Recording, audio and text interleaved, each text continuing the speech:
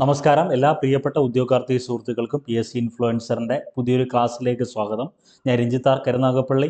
നമ്മൾ ഇന്നത്തെ ക്ലാസ്സിൽ ഇന്ന് മുതലുള്ള ക്ലാസ്സിൽ ഡിസ്കസ് ചെയ്യുന്ന ടോപ്പിക്ക് കറണ്ട് അഫേഴ്സാണ്. കറണ്ട് അഫേഴ്സിലെ മുഴുവൻ കണ്ടന്റും 2023 മുതൽ 2025 ഇന്നേ ദിവസം വരെയുള്ള മുഴുവൻ ആനുകാലിക സംഭവങ്ങളും നമ്മൾ അപ്ഡേറ്റ് ചെയ്യുകയാണ്. അപ്പോൾ ക്ലാസ്സിൻ്റെ ആദ്യ അവസാനം കൃത്യമായി കാണുക.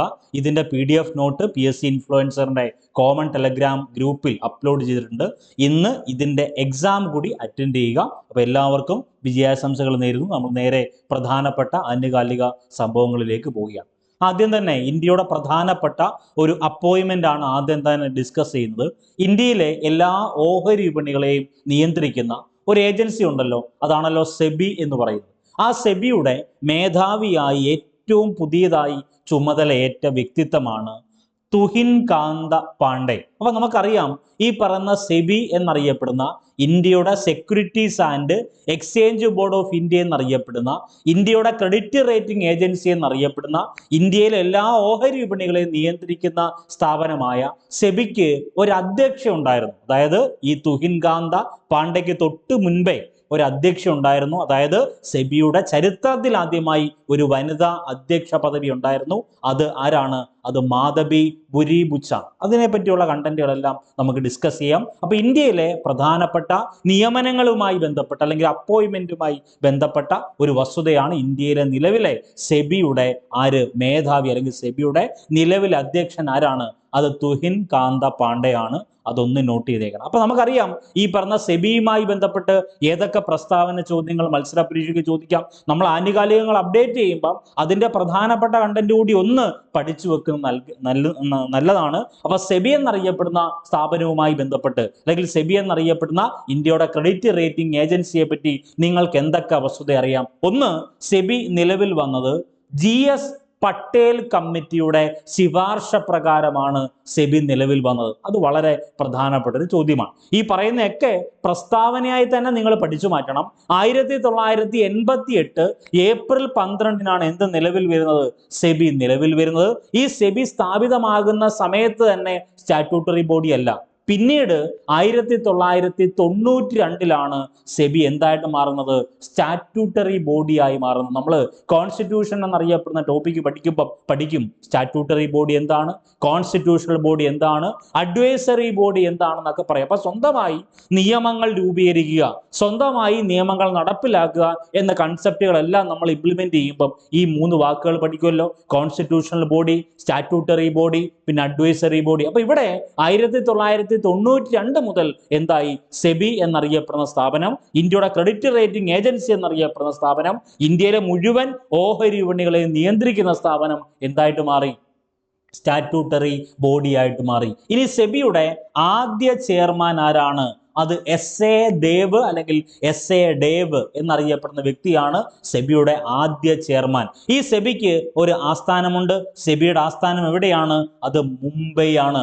മുംബൈയുമായി ബന്ധപ്പെട്ട് ഇന്ത്യയിൽ ആദ്യത്തെ മോണോ റെയിൽ സംവിധാനം നിലവിൽ വന്നത് മുംബൈയിലല്ലയോ? ഇന്ത്യയിൽ ആദ്യത്തെ ട്രെയിൻ സംവിധാനം നിലവിൽ വന്നത് മുംബൈയിലാണ്. ഇന്ത്യയിൽ ആദ്യത്തെ മോണോ റെയിൽ സംവിധാനം നിലവിൽ വന്നത് മുംബൈയിലാണ്. എല്ലാം കൂടെ തിരിഞ്ഞു പോരുത്. അപ്പൊ സെബിയുടെ ആസ്ഥാനം എവിടെയാണ്?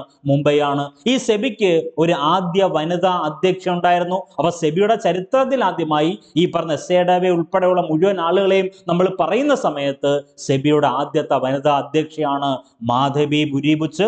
അതായത് തുഹിൻ കാന്ത പാണ്ഡെക്ക് തൊട്ട് മുൻപേ ഇരുന്ന വ്യക്തിത്വമാണ് ആര്? ഈ മാധബി ബുരിബുച്ച്. അതൊന്ന് ഓർത്തു വെക്കണം. ഇനി പറയുന്ന സെബിക്ക് സ്റ്റാറ്റ്യൂട്ടറി പദവി 1992 ലഭിച്ചല്ലോ. സെബിക്ക് സ്റ്റാറ്റ്യൂട്ടറി പദവി ലഭിച്ചതിന് ശേഷം ചെയർമാൻ ആരെന്ന് ചോദിച്ചാൽ അത് GV രാമകൃഷ്ണയാണ്. അപ്പൊ സെബിയുമായി ബന്ധപ്പെട്ട് ഇന്ത്യയുടെ ക്രെഡിറ്റ് റേറ്റിംഗ് ഏജൻസി എന്നറിയപ്പെടുന്നത് സെബിയാണ്.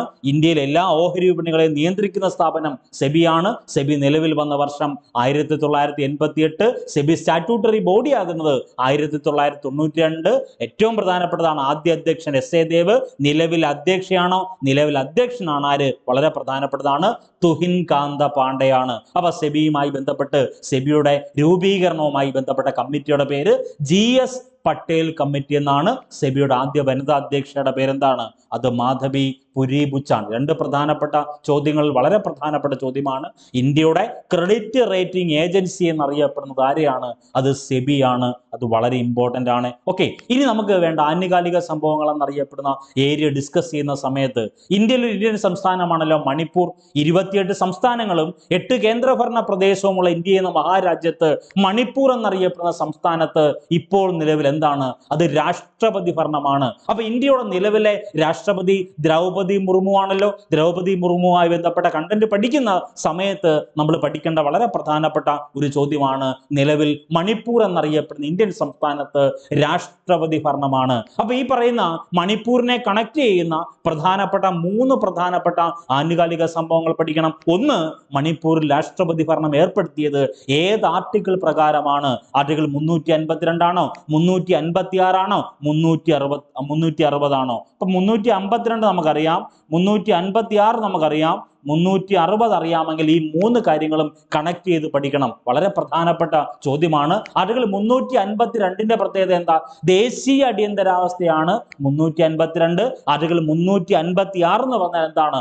സംസ്ഥാന അടിയന്തരാവസ്ഥ അല്ലെങ്കിൽ സ്റ്റേറ്റ് എമർജൻസി. ആർട്ടിക്കിൾ 360 എന്ന് പറഞ്ഞാൽ എന്താണ്? അത് സാമ്പത്തിക അടിയന്തരാവസ്ഥ അല്ലെങ്കിൽ ഫിനാൻഷ്യൽ എമർജൻസി എന്നല്ലേ. അപ്പൊ ഈ പറയുന്ന 3 ആർട്ടിക്കിളും വളരെ ഇമ്പോർട്ടന്റ് ആണ്. ആർട്ടിക്കിൾ 352, 356, 360. അതിൽ ഈ പറയുന്ന 356 സ്റ്റേറ്റ് എമർജൻസി പ്രഖ്യാപിക്കാനുള്ള അധികാരമായ ആർട്ടിക്കിൾ 356 പ്രകാരം മണിപ്പൂരിൽ നിലവിൽ എന്താണ്? രാഷ്ട്രപതി ഭരണമാണ്. അപ്പൊ നിലവിലെ മണിപ്പൂർ ഗവർണർ ആരാ? അത് അജകുമാർ ബല്ലയാണ് നിലവിലെ മണിപ്പൂർ ഗവർണർ. അപ്പൊ നമുക്കറിയാം, ഒരു സംസ്ഥാനത്തിന്റെ, ഒരു സ്റ്റേറ്റിന്റെ റിയൽ എക്സിക്യൂട്ടീവ് ആരാണ്? ഒരു സ്റ്റേറ്റിന്റെ നോമിനൽ എക്സിക്യൂട്ടീവ് ആരാണ്? ഇപ്പൊ കേരള സംസ്ഥാനം എടുക്കുന്നു, അല്ലെങ്കിൽ തമിഴ്നാട് സംസ്ഥാനം എടുക്കുന്നു. അപ്പൊ ഒരു സംസ്ഥാനത്തിന്റെ, ഒരു സ്റ്റേറ്റിന്റെ, കേരളം എന്ന് പറഞ്ഞൊരു സ്റ്റേറ്റ് ആണ്, തമിഴ്നാട് എന്നറിയപ്പെടുന്ന സ്റ്റേറ്റ് ആണ്. അപ്പൊ അങ്ങനെ ഇന്ത്യയിൽ ഒരു സംസ്ഥാനത്ത് നമ്മൾ എടുക്കുന്ന സമയത്ത് ആ സംസ്ഥാനത്തിന്റെ റിയൽ എക്സിക്യൂട്ടീവ് ആരാണ്? അത് മുഖ്യമന്ത്രിയാണ്. ആ സംസ്ഥാനത്തിന്റെ നോമിനൽ എക്സിക്യൂട്ടീവ് ആരാണ്? അത് ഗവർണറാണ്. ഇനി ഇന്ത്യയെ മുഴുവനായിട്ട് എടുത്തോ, ഇന്ത്യയെ മൊത്തത്തിൽ എടുക്കുമ്പം ഇന്ത്യ എന്നറിയപ്പെടുന്ന മഹാരാജ്യത്തെ റിയൽ എക്സിക്യൂട്ടീവ് പ്രൈം മിനിസ്റ്ററും ഇന്ത്യ എന്നറിയപ്പെടുന്ന മഹാരാജ്യത്തെ നോമിനൽ എക്സിക്യൂട്ടീവ് ആരാണ്? അത് രാഷ്ട്രപതിയുമാണ്. അപ്പൊ നമുക്ക് വേണ്ടത് മണിപ്പൂർ എന്നറിയപ്പെടുന്ന ഇന്ത്യൻ സംസ്ഥാനത്ത് നിലവിൽ രാഷ്ട്രപതി ഭരണമാണല്ലോ. ഈ പറയുന്ന എമർജൻസി അല്ലെങ്കിൽ അടിയന്തരാവസ്ഥ എന്നറിയപ്പെടുന്ന കൺസെപ്റ്റ് ഡിസ്കസ് ചെയ്യുന്ന സമയത്ത് അടിയന്തരാവസ്ഥയെ പറ്റി പ്രതിപാദിക്കുന്ന ആർട്ടിക്കിളാണ് 352 മുതൽ 360 വരെ. അതിൽ 352 എന്താണ്? ദേശീയ അടിയന്തരാവസ്ഥ. 356 സംസ്ഥാന അടിയന്തരാവസ്ഥ. 360 സാമ്പത്തിക അടിയന്തരാവസ്ഥ. ഇന്ത്യയിൽ ഇന്നേ കാലം വരെ പ്രഖ്യാപിക്കാത്ത ഏക അടിയന്തരാവസ്ഥ നമ്മൾ പഠിക്കും, സാമ്പത്തിക അടിയന്തരാവസ്ഥയാണെന്ന്. അപ്പം നിലവില് മണിപ്പൂർ എന്നറിയപ്പെടുന്ന സംസ്ഥാനത്ത് രാഷ്ട്രപതി ഭരണമാണ്. നിലവിൽ മണിപ്പൂരിന്റെ ഗവർണർ അജകുമാർ ബല്ലയാണ്. ഈ പറയുന്ന മണിപ്പൂരിൽ 11 തവണ രാഷ്ട്രപതി ഭരണം ഏർപ്പെടുത്തിയിട്ടുണ്ട്. ഈ വസ്തുത വളരെ ഇമ്പോർട്ടന്റ് ആണ്. എത്ര തവണയാണ് മണിപ്പൂരിൽ രാഷ്ട്രപതി ഭരണം ഏർപ്പെടുത്തിയിട്ടുള്ളത്? വളരെ ഇമ്പോർട്ടന്റ് ആണ്. 11 തവണ. അപ്പൊ ഈ പറയുന്ന വളരെ പ്രധാനപ്പെട്ട 2 ചോദ്യങ്ങൾ നിങ്ങൾ മനസ്സിലാക്കണം. അടിയന്തരാവസ്ഥ അല്ലെങ്കിൽ എമർജൻസി എന്ന ആശയം ഇന്ത്യ കടമെടുത്തത് എവിടുന്ന? അത് 1935 ഗവൺമെന്റ് ഓഫ് ഇന്ത്യ ആക്ടിൽ നിന്നാണ്. വളരെ വളരെ ഇമ്പോർട്ടന്റ് ആയിട്ടുള്ള ചോദ്യമാണ്.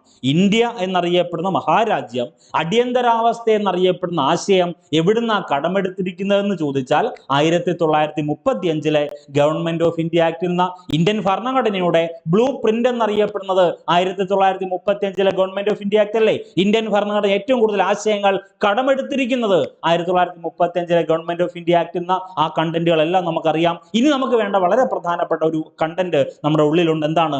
ജർമ്മനി എന്തുവാ? ജർമ്മനിയുടെ പ്രത്യേകത, ഈ പറയുന്ന അടിയന്തരാവസ്ഥ പ്രഖ്യാപിക്കുന്ന സമയത്ത് ആർട്ടിക്കിൾ 352 പ്രകാരമോ 356 പ്രകാരമോ 360 പ്രകാരമോ അടിയന്തരാവസ്ഥ പ്രഖ്യാപിക്കുമ്പോൾ മൗലികാവകാശങ്ങൾ റദ്ദ് ചെയ്യപ്പെടുമെന്ന ആശയം, മൗലികാവകാശങ്ങൾ റദ്ദ് ചെയ്യപ്പെടുമെന്ന ആശയം ഇന്ത്യ കടമെടുത്തിരിക്കുന്നത് ഏത് രാജ്യത്തെന്ന? അത് ജർമ്മനിയിൽ നിന്നാ. രണ്ടും 2 ചോദ്യമാണ്. ഈ ജർമ്മനി ഓപ്ഷൻ ഇല്ല എങ്കിൽ വെയ്മർ കോൺസ്റ്റിറ്റ്യൂഷൻ എന്ന് കാണും. അപ്പൊ നിലവിൽ രാഷ്ട്രപതി ഭരണം എവിടെയാണ്? അത് മണിപ്പൂരിലാണ്. നിലവിൽ മണിപ്പൂരിന്റെ ഗവർണർ അജകുമാർ ബല്ലയാണ്.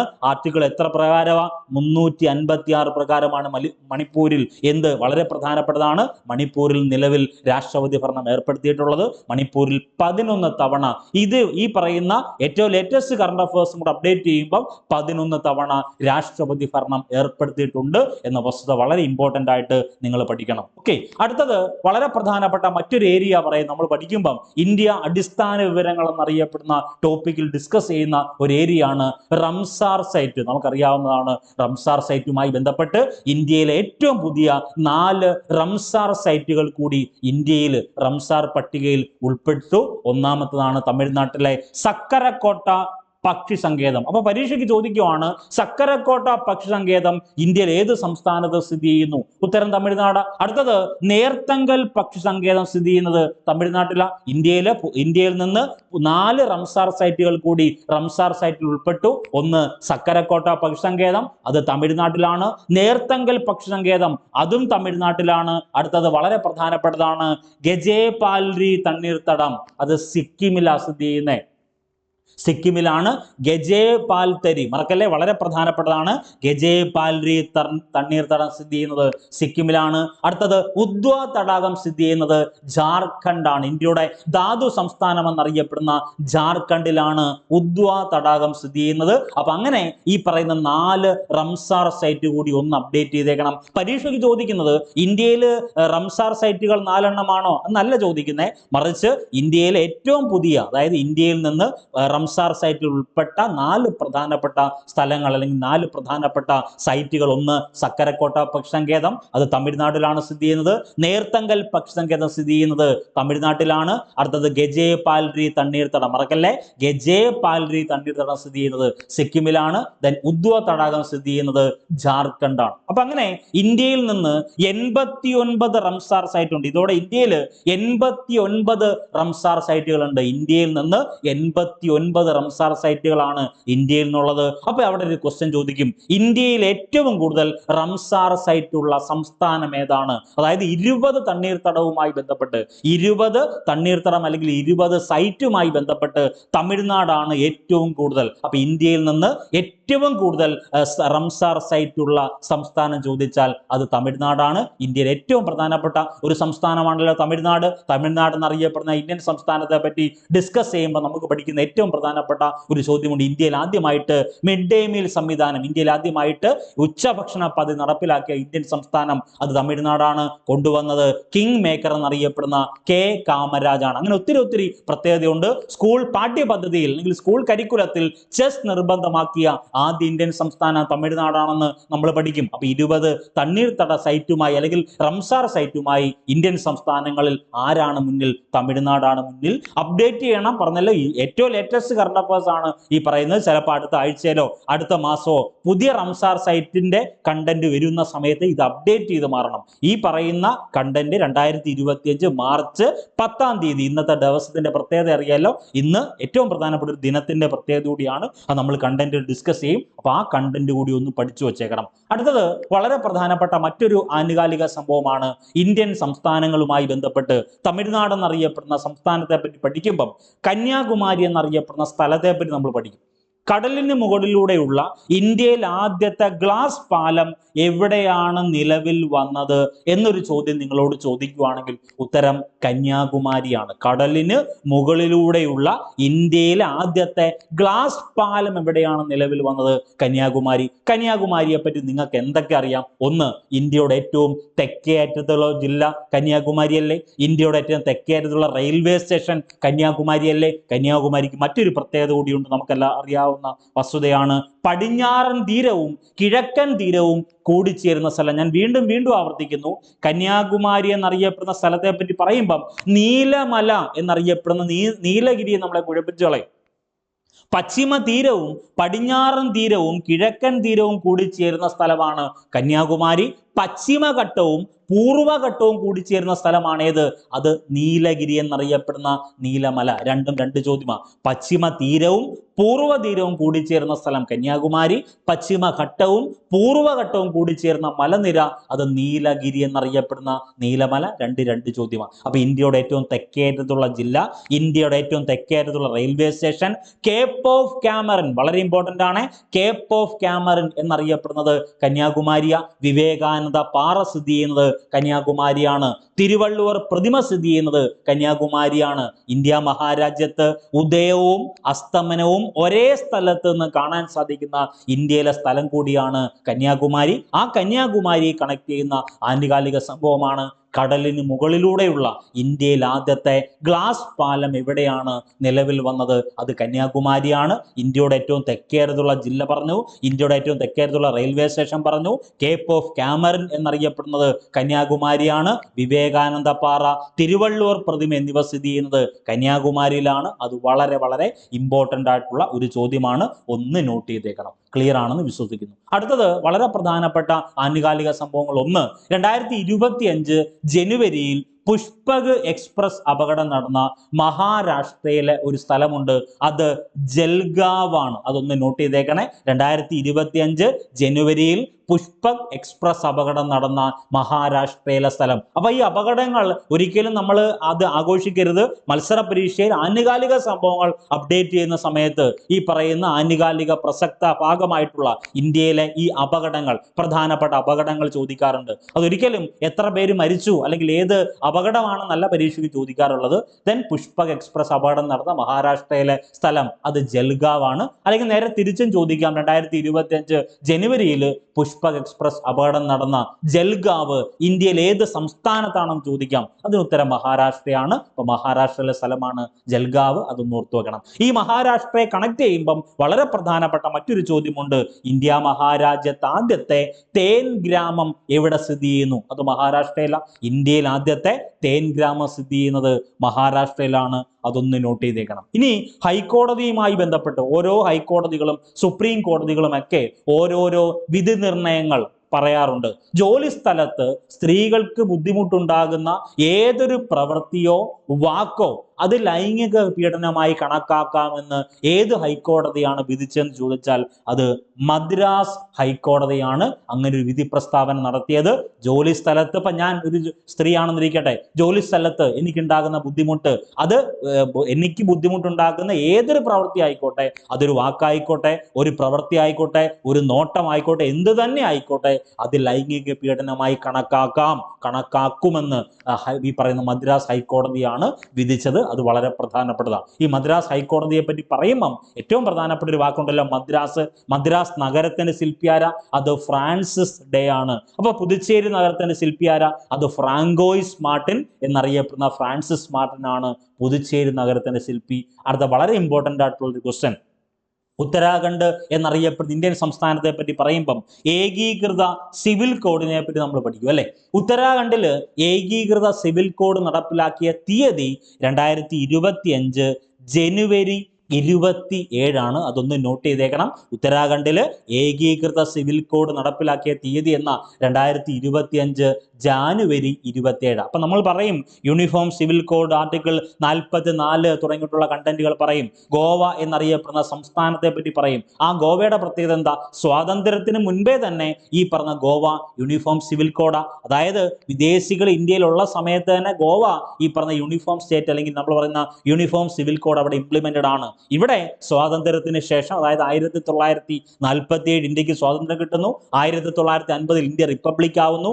അതിനുശേഷം ഒരു ഇന്ത്യ എന്നറിയപ്പെടുന്ന മഹാരാജ്യത്ത് ഒരു സംസ്ഥാനത്ത് സിവിൽ കോഡ്, ഏകീകൃത സിവിൽ കോഡ് അല്ലെങ്കിൽ യൂണിഫോം സിവിൽ കോഡ് നടപ്പിലാക്കുന്നത് അത് ഉത്തരാഖണ്ഡിലാണ്. അതിന്റെ ഡേറ്റ് മറക്കല്ലേ, 2025 ജനുവരി 27. ഓക്കെ, അപ്പൊ ഇന്നത്തെ കറണ്ട് അഫയേഴ്സ് വർക്കൗട്ട് ബാച്ചിൽ പഠിക്കേണ്ട ഏരിയ ഈ ക്ലാസ് കാണണം, ഇതിന്റെ PDF നോട്ട് പഠിക്കണം. ദെൻ 2025 ജനുവരിയിലെ മുഴുവൻ കറണ്ട് അഫയേഴ്സും ഉൾപ്പെടുത്തിയ പാർട്ട് 1 കണ്ടന്റ് പഠിക്കണം. പുതിയ പാർലമെന്റ് മന്ദിരവുമായി ബന്ധപ്പെട്ട കറണ്ട് അഫയേഴ്സ് പഠിക്കണം. 2024 ഭാരതരത്ന പുരസ്കാരം പഠിക്കണം. ഏറ്റവും ലേറ്റസ്റ്റ് 2 PDF നോട്ട് കൂടി നിങ്ങളുടെ ഗ്രൂപ്പിൽ കറണ്ട് അഫയേഴ്സിന്റെ വർക്കൗട്ട് ബാച്ചിൽ പബ്ലിഷ് ചെയ്യും. അതെല്ലാം കൂടെ ചേർത്താണ് ഇന്ന് രാത്രി 9 മണിക്ക് എക്സാം. കറണ്ട് അഫയേഴ്സ് വർക്കൗട്ടിൽ മാത്രമല്ല, ഈ പറയുന്ന എല്ലാ വർക്കൗട്ട് ബാച്ചിലും ഈ കറണ്ട് അഫയേഴ്സ് തന്നെയാണ് പഠിക്കേണ്ടത്. അപ്പൊ കറണ്ട് അഫയേഴ്സ് വർക്കൗട്ട് ബാച്ച് ഇന്ന് തുടങ്ങിയ ഏറ്റവും പുതിയ കറണ്ട് അഫയേഴ്സ് വർക്കൗട്ട് ബാച്ചിൽ ജോയിൻ ചെയ്യാൻ ആരെങ്കിലും താല്പര്യപ്പെടുന്നുണ്ടെങ്കിൽ ഈ കൊടുത്തേക്കുന്ന വാട്സാപ്പ് നമ്പറിൽ 9072728242 വാട്സാപ്പ് നമ്പറിലേക്ക് നിങ്ങളുടെ പേര് then current affairs workout batch എന്ന് മെൻഷൻ ചെയ്തോട് മെസ്സേജ് അയക്കുക. അപ്പോൾ അതിന്റെ റിപ്ലൈ ഡീറ്റെയിൽസ് ഫോർവേഡ് ചെയ്ത് തരും. അപ്പോൾ ഇന്ന് മുതൽ കൃത്യമായിട്ട് പഠിച്ചു തുടങ്ങുക. എത്ര GK ചോദ്യം ആയിക്കോട്ടെ, അല്ലെങ്കിൽ എത്ര കറണ്ട് അഫയേഴ്സ് ചോദ്യം ആയിക്കോട്ടെ, 2025 നിങ്ങൾ എഴുതാൻ പോകുന്ന ഏത് മത്സര പരീക്ഷയിലും ഉറപ്പ് ചോദ്യമാണ്. കറണ്ട് അഫയേഴ്സിൽ നിന്ന് എത്ര മാർക്കുണ്ടോ അത്രയും മാർക്ക് ഈ കൂട്ടായ്മ ഗ്യാരണ്ടി ചെയ്യുകയാണ്. അപ്പം താല്പര്യമുള്ളവർ ഈ കൊടുത്തേക്കുന്ന വാട്സാപ്പ് നമ്പറിലേക്ക് ജസ്റ്റ് മെസ്സേജ് അയക്കുക. ഓക്കെ, അടുത്ത പ്രധാനപ്പെട്ട ചോദ്യത്തിലേക്ക് വരുന്നു. 2025 ഇന്ത്യൻ ആർമി ദിന പരേഡിന്റെ വേദി എവിടെയാണ്? അത് പൂനെയാണ്. വളരെ പ്രധാനപ്പെട്ടതാണ്. അടുത്തത് 2025 മഹാകുംഭമേളയുടെ വേദി അത് പ്രയാഗ്രാജാണ്. വളരെ പ്രധാനപ്പെട്ട വേദികളെ പറ്റി, ഇന്ത്യയിലെ പ്രധാനപ്പെട്ട സമ്മേളനങ്ങൾ, ഇന്ത്യയിലെ പ്രധാനപ്പെട്ട വേദികൾ, ലോകരാജ്യങ്ങളുടെ പ്രധാനപ്പെട്ട വേദികളെ പറ്റി പറയുമ്പം അത് മത്സര പരീക്ഷയ്ക്ക് ചോദിക്കാറുണ്ടല്ലോ. അപ്പൊ ഇവിടെ 2025 മഹാകുംഭമേളയുടെ വേദി എവിടെയാണ്? അത് പ്രയാഗ്രാജാണ്. അതൊന്ന് നോട്ട് ചെയ്തേക്കണം. അടുത്തത് 2025 ജനുവരിയിൽ പ്രധാനമന്ത്രി നരേന്ദ്രമോദി കമ്മീഷൻ ചെയ്ത അന്തർവാഹിനിയുടെ പേരാണ് INS വാക്ഷീർ. അതൊന്ന് നോട്ട് ചെയ്തേക്കണേ. അപ്പൊ നരേന്ദ്രമോദിയെ പറ്റി പഠിക്കുമ്പം എത്ര കറണ്ട് അഫയേഴ്സ്, അല്ലെങ്കിൽ നിങ്ങൾക്ക് എന്തൊക്കെ കറണ്ട് അഫയേഴ്സ് നിങ്ങളുടെ മൈൻഡിൽ വരും? ഏറ്റവും പ്രധാനപ്പെട്ട നരേന്ദ്രമോദിക്ക് 2 പ്രധാനപ്പെട്ട പുസ്തകങ്ങളുണ്ട്.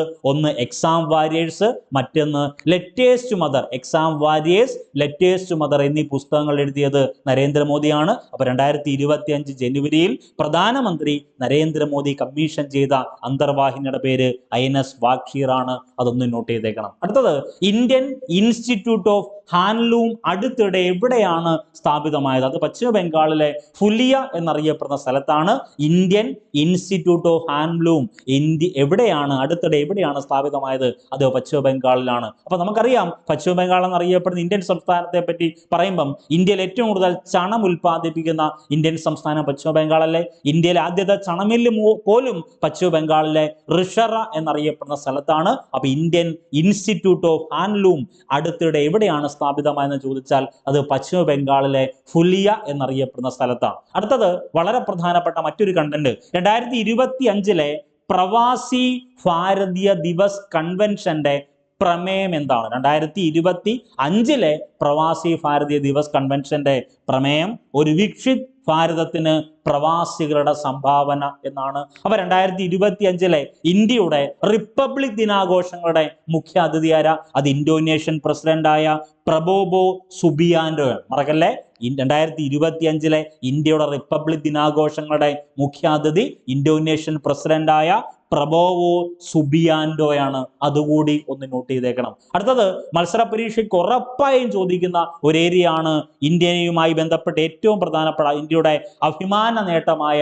ISRO. ഈ പറയുന്ന ISROയുടെ പുതിയ ചെയർമാൻ ആരാണ് എന്നൊരു ചോദ്യം ഉറപ്പായും പരീക്ഷയിൽ കാണും. 2025 ജനുവരിയിൽ ISROയുടെ പുതിയ ചെയർമാനായിട്ട് നിയമിതനായത് V നാരായണനാണ്. അതൊന്ന് നോട്ട് ചെയ്തേക്കണേ. 2025 ജനുവരിയിൽ ISROയുടെ പുതിയ ചെയർമാനായി നിയമിതനായത് ആരാണ്? അത് V നാരായണൻ. അത് വളരെ വളരെ പ്രധാനപ്പെട്ടതാണ്. അടുത്തത് മത്സര പരീക്ഷയ്ക്ക് ഉറപ്പായും ചോദിക്കുന്ന ഒരു ക്വസ്റ്റ്യൻ ആണ്. 2025 തുഞ്ചൻ മെമ്മോറിയൽ ട്രസ്റ്റിന്റെ ചെയർമാനായി തെരഞ്ഞെടുക്കപ്പെട്ടത് ആരാണ്?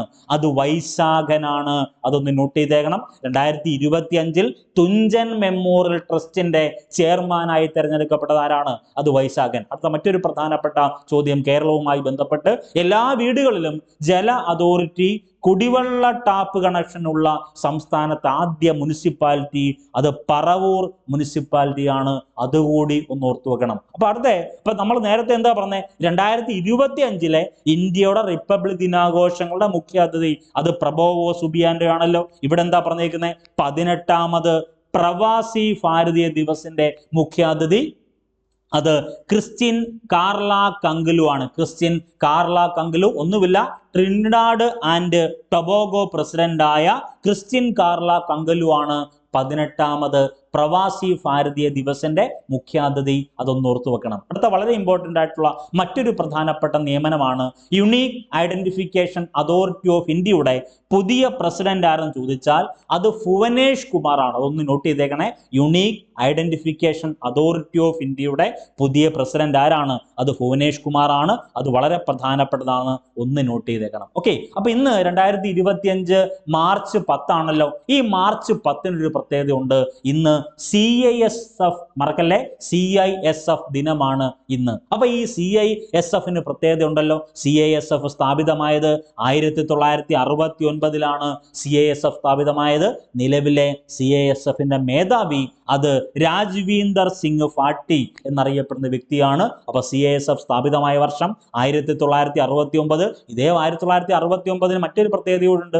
ISRO സ്ഥാപിതമാകുന്ന 1969 അല്ലയോ? അപ്പൊ ISROയുമായി ബന്ധപ്പെട്ട് പഠിക്കുന്ന അതേ സമയത്ത് തന്നെ CISFുമായി ബന്ധപ്പെട്ട് മാർച്ച് 10 CISF ദിനമാണ്. അതൊന്ന് നോട്ട് ചെയ്തേക്കണം. അടുത്തത് ഇന്ത്യൻ ബഹിരാകാശ വകുപ്പിന്റെ നിയന്ത്രണത്തിൽ ആരംഭിച്ച കേന്ദ്ര പൊതുമേഖലാ സ്ഥാപനമാണ് ന്യൂ സ്പേസ് ഇന്ത്യ ലിമിറ്റഡ് അല്ലെങ്കിൽ NSIL. അതൊന്ന് നോട്ട് ചെയ്തേക്കണേ.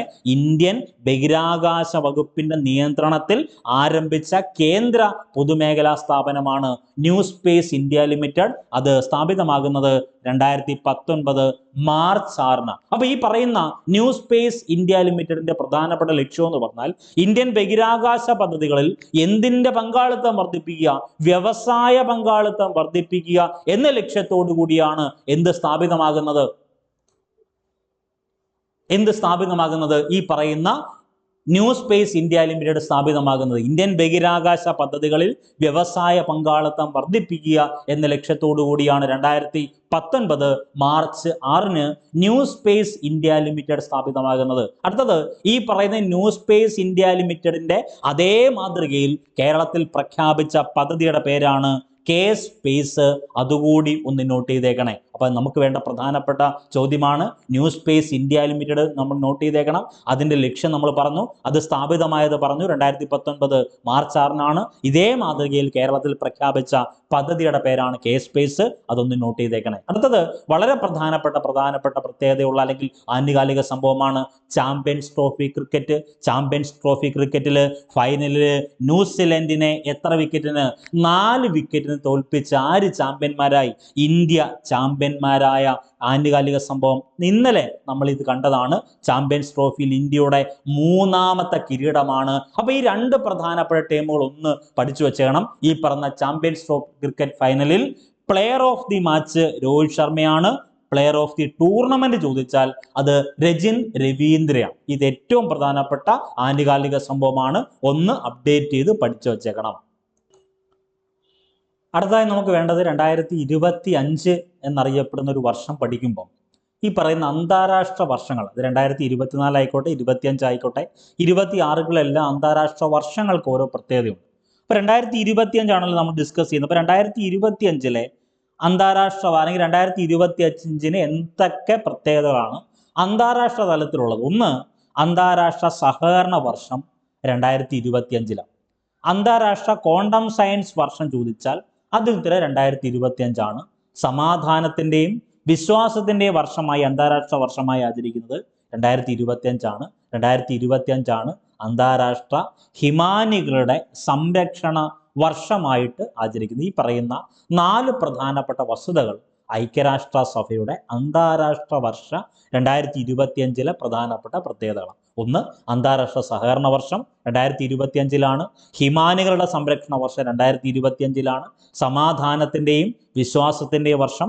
അന്താരാഷ്ട്ര ക്വാണ്ടം സയൻസ് വർഷം ചോദിച്ചാൽ ഉത്തരം 2025. അപ്പൊ 2025 മാത്രം പഠിച്ചാൽ പോരാ. 2024 UN വർഷമുണ്ട്, 2023 ഉണ്ട്, 26 ഉണ്ട്, 27 ഉണ്ട്. ആ കണ്ടന്റുകളെല്ലാം നമ്മൾ പഠിക്കണം. അതെല്ലാം PDF ഫയലായിട്ടും ക്ലാസ് ആയിട്ടും വർക്കൗട്ട് ബാച്ചിൽ പറഞ്ഞിട്ടുണ്ട്. അതൊന്ന് ഓർത്തു വെക്കണം. അടുത്തത് 2025 ന്യൂ ഇയർ എത്തി ആദ്യത്തെ ദ്വീപ് രാഷ്ട്രമാണ് കിരിബാത്തി. അത് നിങ്ങൾക്ക് എല്ലാവർക്കും അറിയാവുന്നതാണ്. അടുത്ത ഉറപ്പ് ചോദ്യമാണ്.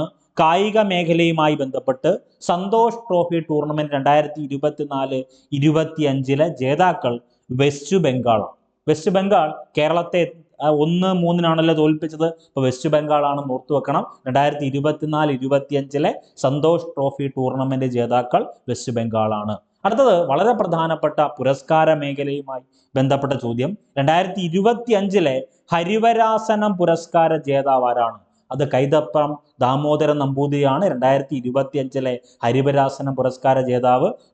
ഏറ്റവും പ്രധാനപ്പെട്ട മറ്റൊരു പ്രത്യേകത 2025 മന്നത്ത് പത്മനാഭന്റെ 148ാം ജയന്തിയാണ്. ഈ മന്നത്ത് പത്മനാഭനെ പറ്റി പഠിക്കുമ്പം 3 പ്രധാനപ്പെട്ട ചോദ്യങ്ങൾ നിങ്ങൾ മസ്റ്റായി പഠിക്കണം.